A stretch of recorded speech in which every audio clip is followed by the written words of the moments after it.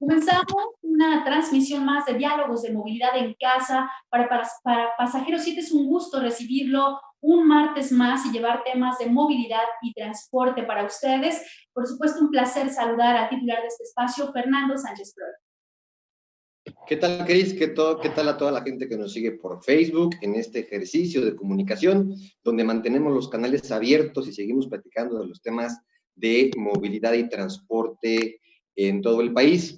Y mire, hoy nos toca platicar sobre un tema de muchísima relevancia, ya que vamos a hablar de transporte no motorizado, de la importancia que toman estos medios de transporte ante la pandemia y la contingencia y todas las medidas de sana distancia.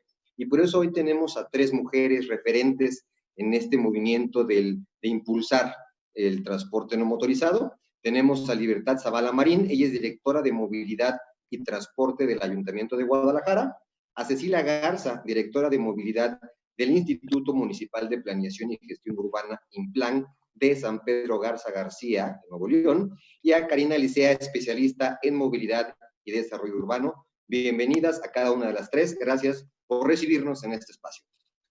Y miren, quisiera preguntar primero, si es posible que me contestara Karina Licea, en esta época de pandemia, ¿qué relevancia está tomando este medio de transporte?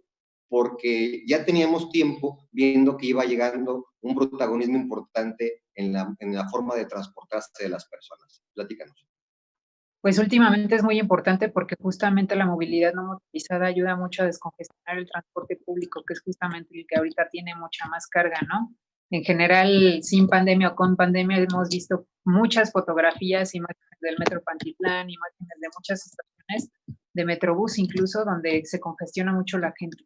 Entonces, para tratar de evitar el contagio, lo que estamos usando tanto en la Ciudad de México como en muchas otras ciudades es la bicicleta. Como les comentaba un poco hace rato, tenemos una pequeña empresa que se llama Desva, que es de bicicletas compartidas. Cuando inició la pandemia tuvimos una baja de usuarios muy importante porque pues obviamente la gente tenía miedo de contagiarse en la calle. Sin embargo, actualmente se ha remontado y ha empezado a crecer la demanda y creemos que sí va a ser muy, muy importante como personaje la bicicleta en el futuro de las ciudades post-COVID. Entonces, pues sí, definitivamente un elemento muy importante, considerando sobre todo que pues puedes hacer viajes cortos, largos, de todo.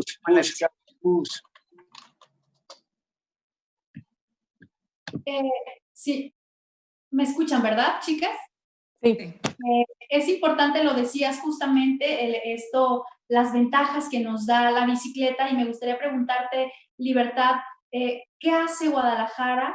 ¿Qué están haciendo una ciudad que tiene recorridos medianamente cortos que sí podrían hacerse definitivamente en bicicleta para promover este medio, porque muchos lo consideran además sustentable? Claro, Guadalajara no es por nada, bueno, yo estoy enamorada de mi ciudad, pero Guadalajara tiene más de 10 años trabajando por la movilidad urbana sustentable. ¿Y qué ha hecho? Y puedo empezar la historia de, ahora sí que del presente hacia atrás. Guadalajara dio la cara, y no solo Guadalajara, sino a nivel metropolitano, el municipio de Zapopan también, y hemos salido con las ciclovías emergentes. Las ciclovías emergentes son estos espacios que, como bien decía Karina, tenemos que brindar para los ciclistas, las y los ciclistas, una oportunidad para bajarse del transporte público en esta ocasión, o tal vez para pensar y repensar sus viajes y bajarse del automóvil y hacerlo en el medio de transporte más sustentable. También que ahorita nos ayuda con el tema de la salud, y aquí abriré un paréntesis, pero que estar en el confinamiento, estar en cuarentena, pues te hace estar en un espacio reducido, dando vueltas, haciendo de tu sala tu oficina, comedor, tu sala de eventos, y en fin. Entonces también la movilidad ciclista y la movilidad en tiempos de COVID, la bicicleta resultó la gran herramienta porque también nos permite ejercitarnos, cambiar un poco nuestra estabilidad emocional en un sentido positivo, y nos da aire y nos da libertad.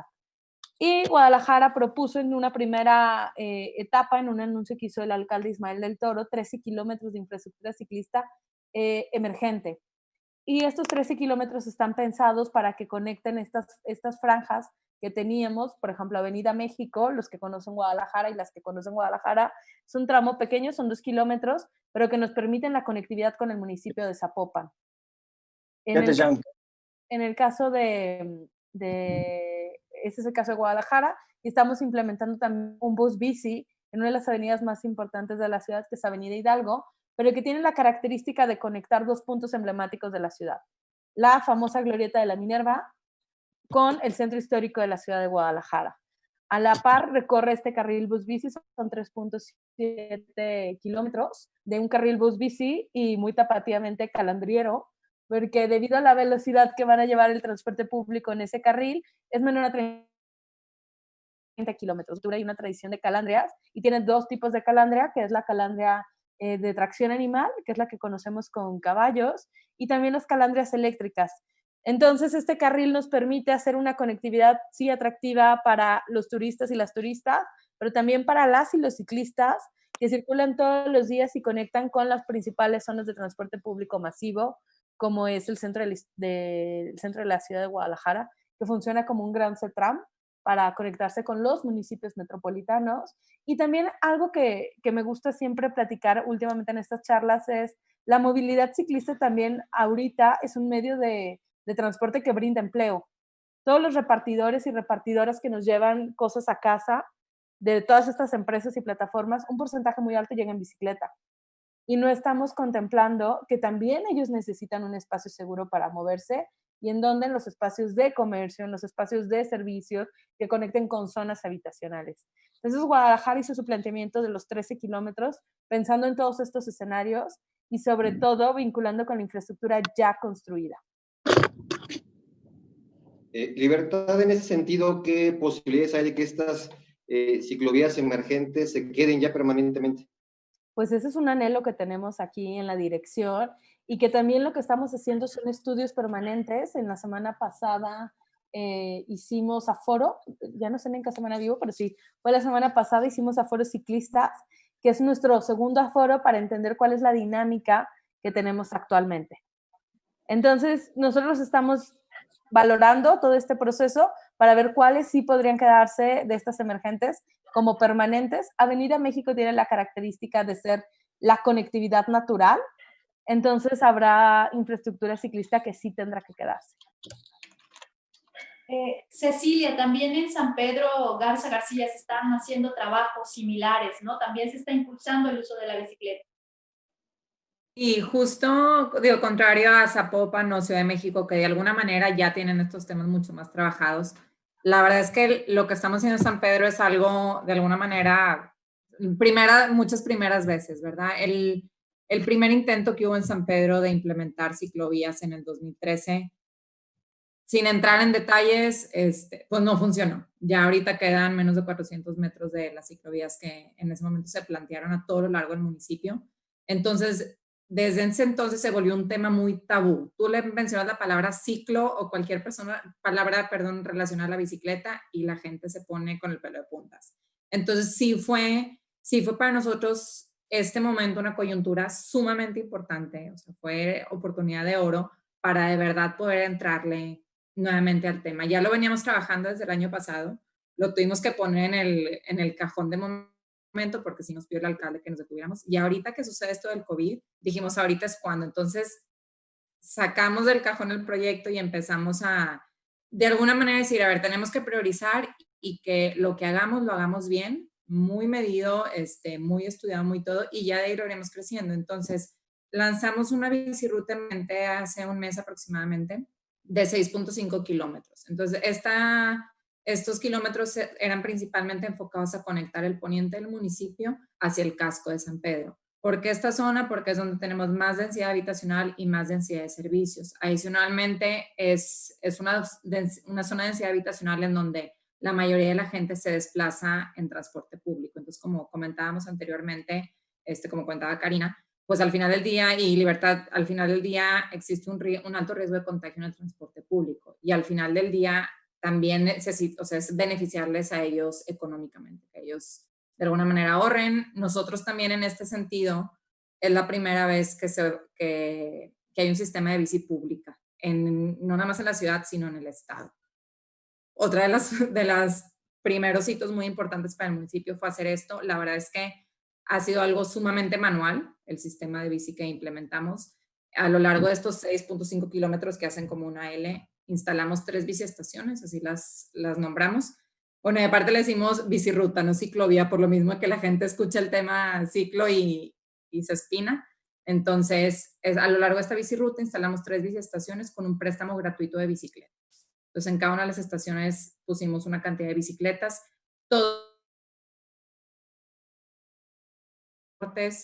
El equipo de movilidad es quien está llevando toda la coordinación, se está forando de manera diaria en ciertos puntos para precisamente ir midiendo cómo va subiendo ciertos números. También nos da mucho gusto ver que el número de mujeres ciclistas ha incrementado muchísimo, de empezar en un literal 0% de mujeres ciclistas, ahorita ya va en un 19.6% de mujeres, y estamos viendo cómo hay ciertos puntos también en la ciudad, ya con miras al futuro de crecer la red, que sucederá en las próximas semanas, en donde anteriormente, en horas pico, en un lapso de media hora pasaban 4 ciclistas. Y ahorita, en horas pico, con la reducción de tráfico en la ciudad, pasa en media hora, en esa misma hora pico, 47 bicicletas. Entonces, de verdad, el movimiento ciclista que se está viendo en la ciudad, que bueno, Monterrey al final del día es una ciudad sumamente cochista, diseñada, pensada, soñada para los carros.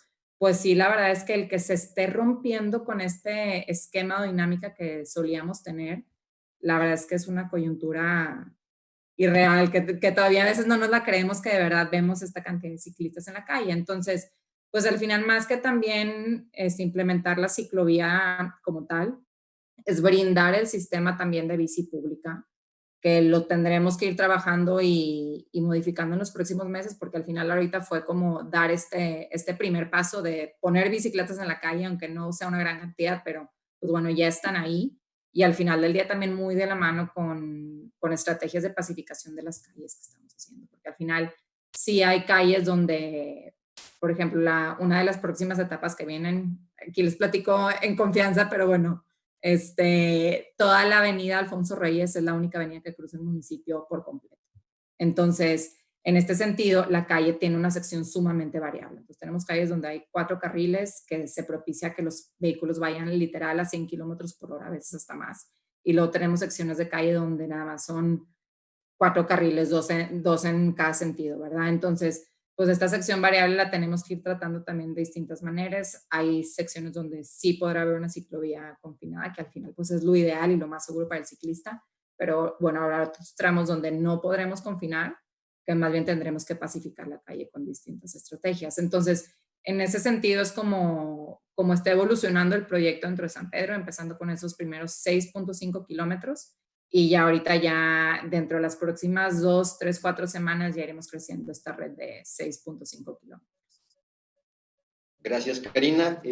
Tú has vivido y sigues viviendo esto que nos platicaba Cecilia, ¿no? De socializar con la gente, la implementación de una ciclovía, tener pláticas con autoridades para que compren la idea, promoverlo. ¿Qué tan complicado es el ejercicio desde la sociedad civil para que se vayan recuperando las vías para transporte no motorizado? Pues sobre todo es un tema de argumentos, ¿no? Cómo convencer a la población de implementar ciclovías, sobre todo en las vías más importantes. Un poco comentaron mis compañeras acerca de la implementación en Guadalajara del tema post-COVID, o cómo van a manejar o cómo está manejando la pandemia, y un poco de Santiago Garza García. En el caso de la Ciudad de México sí se han implementado también cuestiones muy similares. Al menos se implementaron 54 kilómetros de ciclovía, una de ellas en la Avenida Insurgentes y otra en Eje 4, y pues son ciclovías, sobre todo la de Insurgentes, desde mi punto de vista sumamente importante, porque pues Insurgentes es una vía que puede llegar a transportar hasta millones de personas, ¿no? Hemos pensado incluso un metro ahí, porque pues el flujo y demanda que tiene esa avenida, que es una de las más grandes del mundo, pues es como un gran referente incluso para otras, porque pues es como la calle más importante, ¿no? Haber implementado una ciclovía ahí es muy importante, porque pues, pone como justamente siguiendo la jerarquía de movilidad a la bicicleta, donde justamente tiene. Entonces, pues sí, el argumento principal es prácticamente se implementó y a la semana salió un encabezado en los periódicos que decía que se había incrementado en 75% la demanda de usuarios en bicicleta sobre vía, Eso ayuda mucho incluso al Metrobús, los vecinos ven que sí funciona y eso es lo que hace que las políticas públicas ya avancen, que entonces logramos implementar muy sencillo. Entonces creo que desde ese punto de vista, generar los argumentos adecuados, implementar buenos puntos estratégicos de movilidad es como la clave y la receta que tenemos que seguir todos en el resto de las ciudades mexicanas. Además de eso, otra cosa que se realizó para acompañar estas estrategias fue el préstamo de Ecobici, bicicletas públicas gratuitas sobre la avenida Insurgente. Otra cosa es que también nos pidieron a las empresas de bicicletas sin anclaje compartidas que también colocáramos bicicletas en estas vías que se abrieron por el COVID, en Eje 4 y en Insurgentes. Y también implementaron talleres para reparar bicicletas. Entonces, entre más infraestructura se genere, más y vamos a inducir usuarios que tratan de usarla, ¿no? Entonces, creo que esa es la clave. Y también otra cosa que implementaron, que creo que también es muy válido y muy padre, es la biciescuela virtual. Anterior a la pandemia, el ciclista se tenían escuelas donde uno iba con su bicicleta y le enseñaban a pedalear. Ahora lo están haciendo de manera virtual, las cápsulas Jim, del equipo de CEMOVI de la Ciudad de México, está lanzando estas pequeñas cápsulas donde te enseña qué tipo de bicicleta comprar, cómo usar para la lluvia, etcétera. Pequeños tips para que la gente vaya agarrando más la cultura ciclista, ¿no? Que es muy importante en estos días. Entonces creo que es como, hay como muchos ejes que tratar para convencer a la gente de subirse a la bicicleta. No es nada más el acercamiento vecinal, generar argumentos, generar la cultura ciclista, y muchísima infraestructura. Creo que todo en conjunto es lo que justamente detona una buena estrategia. Digo, sumando lo que comenta Karina, súper importante, o sea, no se pueden trabajar estos temas de ciclovías emergentes o no emergentes si no va acompañado de la mano de toda la parte de educar, ¿verdad? Y mucho de cultura vial, de tener bicis escuelas, de hacer una buena campaña de comunicación. O sea, al final es de alguna manera terminar de redondear el círculo, porque de nada sirve que hagas, bueno, así pienso yo, que de nada sirve que hagas temas de infraestructura si no estás complementando con todo el tema de educar y cultura vial. Es muy importante lo que comentan ambas, porque de hecho, cuando se anunciaba este tema para esta mesa, hubo voces algunas que me llegaron que decían, oye, yo soy peatón y para mí, a mí me parece que están súper mal planeadas las ciclovías porque ahora me tengo que cuidar de ciclistas, autobuses, para cruzar una calle está súper difícil, te tienes que atravesar por no sé dónde. Entonces, sí hay que hacer mucho trabajo de negociación con la misma ciudadanía, ¿no? Y con los gobiernos. De repente no ha sido tan fácil ir creciendo estos espacios. Y con respecto a ese tema, creo que es muy válido empezar a tratar de llevar a cabo la construcción de también incluir una materia de urbanismo, civismo, cultura vial, no sé, podemos llamarlo de muchas maneras, compartir la ciudad, no sé, una materia desde la educación básica, donde nos enseñan a andar en las calles, donde nos enseñan esta cultura, donde nos enseñan este respeto, el aprender a compartir los espacios urbanos que tenemos en las ciudades. Creo que es la única manera en la que vamos a revolucionar la educación que tenemos en estos espacios. Y pues es muy válido porque pues hay muchos ejemplos internacionales, ¿no? En Copenhague, en Ámsterdam sí existen las escuelas, las biciescuelas, incluso desde la primaria, donde te enseñan a andar en bicicleta y a respetar estos códigos, ¿no? Es muy, muy importante.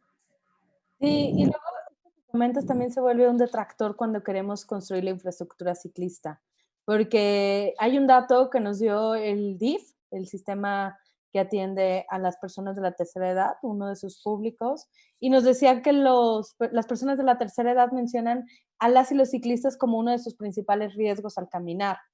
Y nos sentamos con ellos porque para nosotros fue como una alerta.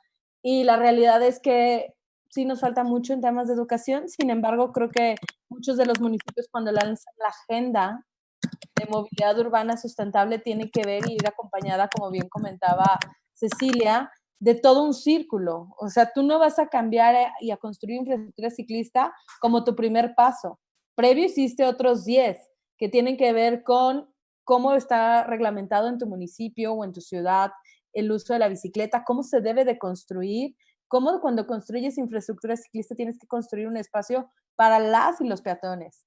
O sea, en la intervención de una infraestructura ciclista seguramente también tuviste que haber pensado en la banqueta, que esa es como la discusión en la que estamos ahora en Guadalajara, porque en el historial de infraestructura ciclista que tiene la ciudad de más de 10 años, tenemos infraestructura ciclista a un costado de las banquetas o sobre la banqueta al mismo nivel, y lo que sucede es este conflicto de hasta dónde es el límite de uno u otro de los usuarios. Y luego nos arriesgamos con el tema del arroyo vehicular y ahí viene otra competencia. Entonces, la máxima que usamos aquí en la Dirección de Movilidad en temas de infraestructura, de hábitos y de educación es poder, uno, ser empáticas en cómo nos movemos y siempre estar comprometidas a ser irresponsables de que nosotros estamos conscientes de la forma en que nos movemos. Eso significa que estoy alerta, que siempre voy a estar visible, y esto aplica para todos los medios de transporte, para el peatón, para el ciclista, para el automovilista. Y Guadalajara tenemos más de 3 años con una biciescuela, tenemos un programa súper exitoso que se llama Educa Vial, que es la respuesta a los infractores o las infractoras que se estacionan en banqueta, que es un programa que tenemos en Guadalajara que se llama Banquetas Libres. Si tú quieres acceder a un descuento, tienes que ir a un curso. Y este curso es un curso de 4 horas, es un taller súper dinámico y donde el nivel de reincidencia de estas personas que ya tuvieron información es del 2%. Entonces, nos demuestra este curso de Educa Vial que la educación sí logra transformar nuestros hábitos cotidianos, porque al final la forma en que decidimos movernos se vuelve un hábito, y si prendemos direccionales o no, es un hábito. O sea, te lo tenemos que exigir, sí, y tiene que ser sancionado, pero al final son hábitos que vamos construyendo, pero cuando lo sacas del hábito y lo metes en un contexto social, tiene una implicación que prendas o no prendas una direccional. Entonces, sí, el tema de la educación es trascendental y tenemos que trabajarlo, sí, todo el tiempo. También pensando en que... Adelante, por favor. Adelante. No, nada más sumar a lo que comentaba Libertad, de que al final todos los actores en la vía tienen sus responsabilidades. Como peatón tienes tus responsabilidades, como ciclista las tuyas, y como vehículo motorizado también tienes las tuyas. Tú como ciclista tienes la responsabilidad de también de señalizar tus movimientos. Si vas a dar vueltas, si vas a hacer alto, tienes que levantar la mano con un puño, tienes que ser visible también, como comentaba Libertad, tienes que respetar los cruces peatonales. Entonces, es mucho educar también. Digo, nosotros ahorita lo vemos que dices, están saliendo una cantidad de ciclistas a la calle que nunca habían circulado como tal, que lo usaban más para pues ir al parque o cosas así, entonces no tienen la menor idea de cuáles son sus responsabilidades en la vida, entonces bueno, hay que enseñarles.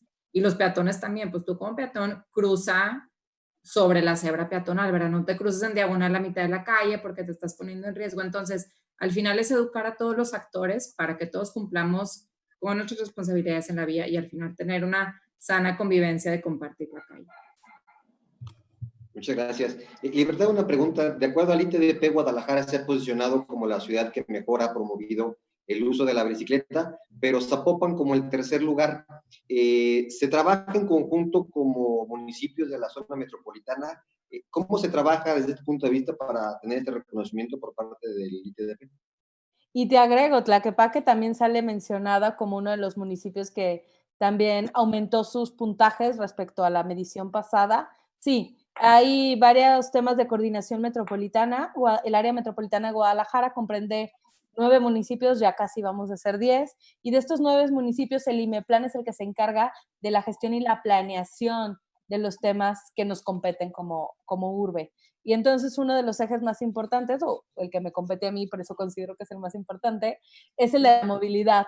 Y dentro del IMEPLAN tenemos un mecanismo de organización que es la Mesa Metropolitana de la Movilidad, donde todas y todos mis homólogos, directores o encargados de la oficina de movilidad a nivel municipal, nos reunimos y entonces construimos en común muchos de los criterios y luego se homologan en los municipios. ¿Qué pasó? Eso pasó con los lineamientos para los sistemas de transporte individual en red, los monopatines o las bicicletas sin anclaje, y eso pasa mucho con el tema del señalamiento y ahora con la infraestructura ciclista. También la característica que tienen Guadalajara y Zapopan es que en el 2015 inician las primeras oficinas de movilidad en las ciudades metropolitanas, porque antes eran dependencias que eran encargadas solo de estacionamientos o de estacionamiento en la vía pública, pero no tenían una visión global de lo que es la movilidad y a cuántos actores de la movilidad tiene que beneficiar.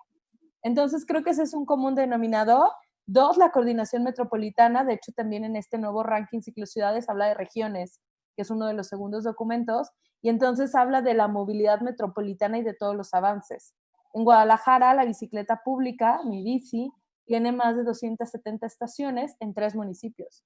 Hay infraestructura ciclista que ya nos conectamos en los 3 municipios, y reconozco el eje que es el del tren ligero, el de la línea 3 del tren ligero que viene elevada, conecta el municipio de Zapopan al noreste, va bajando y conecta con el centro de la ciudad de Guadalajara y atraviesa y sale por Tlaquepaque. Al eje de esta línea 3 del tren ligero tenemos también infraestructura ciclista y renovación de banquetas.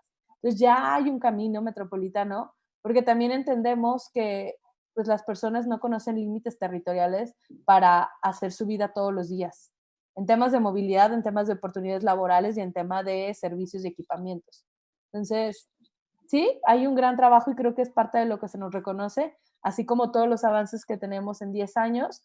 Y no es una competencia con Ciudad de México, es más bien un reconocimiento que creemos muy merecido.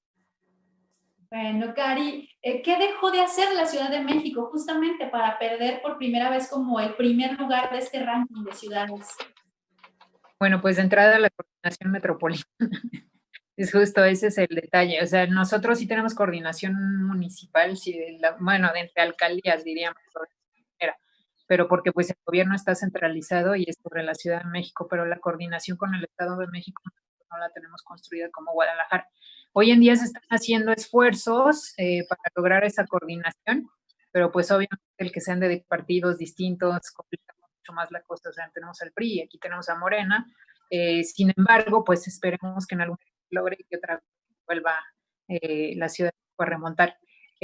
Sin embargo, me parece muy celebrable que Guadalajara se ponga a la punta y pues ojalá que otras ciudades puedan competir dentro de este ranking, ¿no? Esperemos que sea.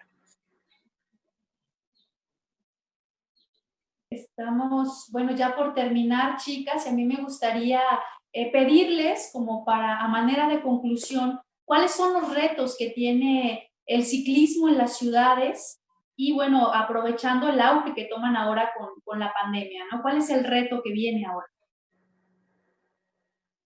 Pues en el caso de la Ciudad de México es sobre todo volver rentables los sistemas de bicicleta pública, porque de repente pues tanto la bicicleta pública como la bicicleta compartida que hoy en día operan en la Ciudad de México, el Cobici está a punto de iniciar una licitación para lanzar 10,000 bicicletas en la ciudad. Y pues el reto es tratarlo de volverlo rentable en vez de que sea muy costoso para las. Igual que con el transporte público, las empresas de transporte hoy en día son las más golpeadas por la pandemia. Han sufrido pérdida de usuarios tremenda por muchos meses y como no tenemos una solución para la pandemia, también justamente por eso seguimos perdiendo usuarios y que la rentabilidad baja. El gran reto es buscar subsidios, nuevas tarifas, que la banca bilateral los proyectos de otras maneras, que se generen fondos, que el gobierno federal atienda el tema. Creo que ese es el gran reto. Pues yo me sumo. Creo que sí es importante lograr consolidar esta colaboración con gobierno federal. De hecho, ahorita a las 6 de la tarde tenían un anuncio de las 4 S sobre movilidad. Ahora valdrá la pena ver cómo se llega eso a las municipalidades, a los municipios. Una política federal que sí ponga en el discurso estos temas, pero ahora cómo lo generamos en acciones. El reto que yo veo ahora en Guadalajara sigue siendo un tema social. Seguimos teniendo brotes o algunos señalamientos de sociedad que dice que no quiere la infraestructura ciclista porque es renunciar a un carril de circulación, porque es renunciar a un privilegio de 5 minutos menos en el tráfico. Y entonces creo que el reto sigue estando ahí en esa discusión pública del por qué lo común es importante, por qué debemos de privilegiar a los más y las más vulnerables. Y el tercero, que es como siempre hablar de cambio climático, le decía a unos compañeros que nadie piensa en los osos polares, no nos conecta porque no los conocemos, pero sí nos pegó con el gasolinazo en Jalisco en el país creo que fue, hace un año, nos está pegando con el COVID y cada año tenemos una crisis nueva que nos está obligando a repensar o a replantearnos cómo movernos. Entonces creo que sí tenemos una responsabilidad y ya los pingüinos, ya es otra historia. Ahora tenemos de frente la realidad y lo podemos mencionar en 2 últimos cambios que nos obligan a modificar nuestros hábitos de movilidad. Entonces sí, ahí me quedaría yo con esa conclusión. Comparto un poco lo que comenta Libertad en cuanto al tema social en San Pedro. Yo creo que en tema de como infraestructura, gestión municipal e intermunicipal, porque también este diálogo ya está sobre la mesa con los otros municipios. Hace unas semanas tuvimos un encuentro municipal precisamente sobre ciclovías emergentes, pero el reto más importante que yo veo para San Pedro y para Monterrey en general es el tema del cambio de hábitos. Ese de verdad que lo vemos así como el gran coco, de decir, tenemos que cambiar los hábitos de movilidad y muy enfocado, o nosotros estamos tratando de enfocar un poco como en el tema de cuando el cinturón de seguridad, ¿verdad? Que antes nadie se lo ponía hace 10 años y fue estar ahí con un único tema, ¿verdad? Cinturón, y ahorita ya todos nos lo ponemos en automático. Entonces, nosotros en ese sentido vemos como dos metas a lograr en tema de cambios de hábitos de movilidad. Uno es el respeto al límite de velocidad, o sea, el que la gente entienda que los límites de velocidad no son nada más por nada más, sino tienen un porqué de ser, de por qué 50, de por qué 40, de por qué 30, porque ahora estás jugando con las vidas de otras personas. Entonces, mucho el hacer el enfoque en el respeto a los límites de velocidad. Y 2, el respeto al ciclista y a aquellos más vulnerables en la vía. Entonces, eso es a lo que nosotros nos vamos a tratar de enfocar, ¿verdad? Tampoco por querernos comer todo el pastel completo si apenas vamos dando estos primeros pasos. Pero decir, bueno, vamos a agarrarnos de esas 2 metas, de esos 2 hábitos de movilidad a cambiar y de verdad que meterle todo el esfuerzo y así poco a poquito ir cambiando estos hábitos. Entonces, ese es nuestro reto, la verdad es que más importante y al que le estamos de verdad que enfocando todo también con la dirección de comunicación, de asesoría externa, etcétera, para de verdad clavarnos muchísimo con esos temas. Intereses, reflexiones de nuestras 3 invitadas, la educación, la socialización, el apoyo presupuestal de las autoridades, de trabajar en conjunto sociedad y autoridades por seguir recuperando la vía para transporte no motorizado. Agradezco muchísimo a Karina Licea, especialista en movilidad y desarrollo urbano, a Cecilia Garza, directora de movilidad del Instituto Municipal de Planeación y Gestión Urbana, Implan de San Pedro Garza García, y a Libertad Zavala Marín, directora de movilidad y transporte del Ayuntamiento de Guadalajara, pero sobre todo también agradezco a la gente que nos siguió por Facebook y a la gente que nos verá por las repeticiones, que además tenemos el privilegio de que están siendo muy solicitadas. Seguiremos platicando de transporte y movilidad el próximo jueves y seguimos en contacto. Muy buenas tardes.